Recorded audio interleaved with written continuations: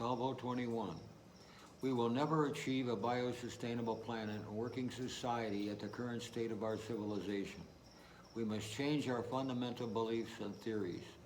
Contemporary architecture is bringing us to Armageddon.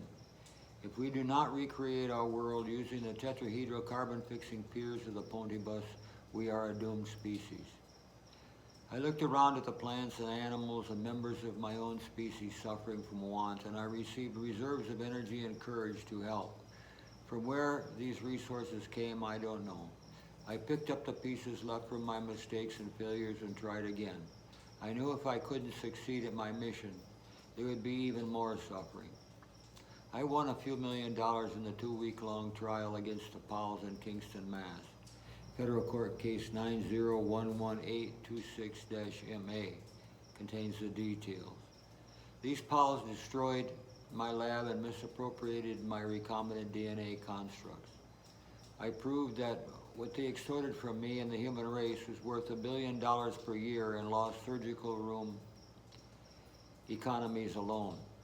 I then went to Brazil to build a new lab in the Amazon jungle. I felt that in the jungle I would be free from corrupt politicians and interference from their ignorant constituents. I thought I might be able to stay free of the Fed's IRS long enough to bargain away some of my unpaid tax bill. Giving the Fed the resources it demanded to cause all the suffering the Qatari bankers wanted it to cause with impunity was more than I could bear. For years, as a poor man, I, Larry Lee Slaughter, ranted about people who paid their taxes, knowing full well what those resources would mean to the planet's innocence. Then I became wealthy, and I had to put my money where my mouth was. It's so very easy to ignore responsibility when it's not your ox being gored. In the 1980s, I discovered that the water supply in the town of Kingston, Mass., where I lived, was toxic with copper and lead. I eventually won a legal battle against Kingston's corrupt Powells. In a roundabout way, it ensured that they would use only clean water in the taps henceforth. Many Massachusetts residents were saved from debilitating diseases due to my research and efforts on their behalf. The victory did not come cheap. Battles against wealthy Powells are often very expensive. In Brazil, I discovered more of the same. After paying my legal fees and accounting for unpaid taxes, I was not so wealthy anymore. I was low on the funds needed to raise my biosustainable bridge from Fernando de Noronha to Liberia and Africa. I needed a lot more money than I had to accomplish all I dreamed of doing. I still had enough funds to build a lab and miniature bridge.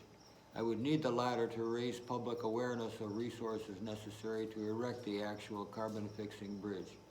My Pontibus vision is sound, even though much willpower will be necessary before its construction can be appreciated.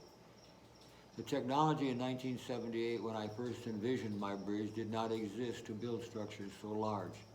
Building materials and engineering designs were seriously inadequate to the task.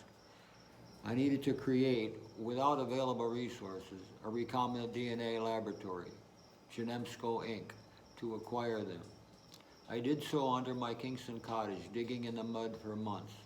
In the process of developing an extremely strong and versatile new building material and a new architectural design to deploy such materials, I experienced many reversals and financial problems. Another struggle with me for 4 years was how to protect my cloning vehicles and microbes from adverse surroundings. Recombinant DNA clones containing much esoteric information are too weak to survive the harsh conditions of a normal environment.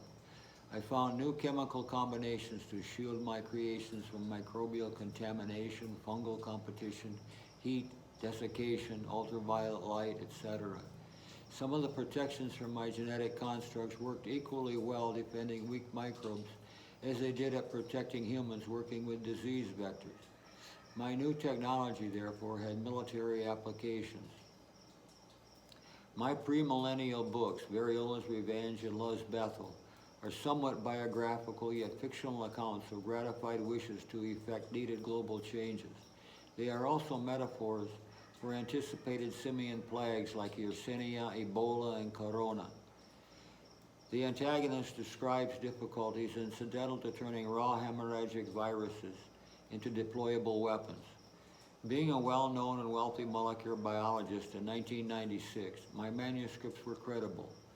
A seasoned biologist's draconian prescriptions to save our species. My books are not biological weapon source books. The vignettes are simply graphic and unsettling. Our species' survival may depend in part on actions these books present. My Pontibus bridge dream still will not leave me in peace. The advance of technology has given me an opportunity to explain my bridges in a new way on YouTube. My books on the Great Bridges have been published digitally and in hard copy since 1998. I hope that they would spark more interest in my vision. My bridge aspirations may seem unrealistic, but the vision is not. I am not fleeing reality. While assiduously searching for my dream's financing, expatriate Brazilian associates, unbeknownst to me, looked to me for answers to their own problems. Circumstances prompted many esoteric conversations with lawyers and bankers. Copies of my pre-published manuscripts went into diverse locales.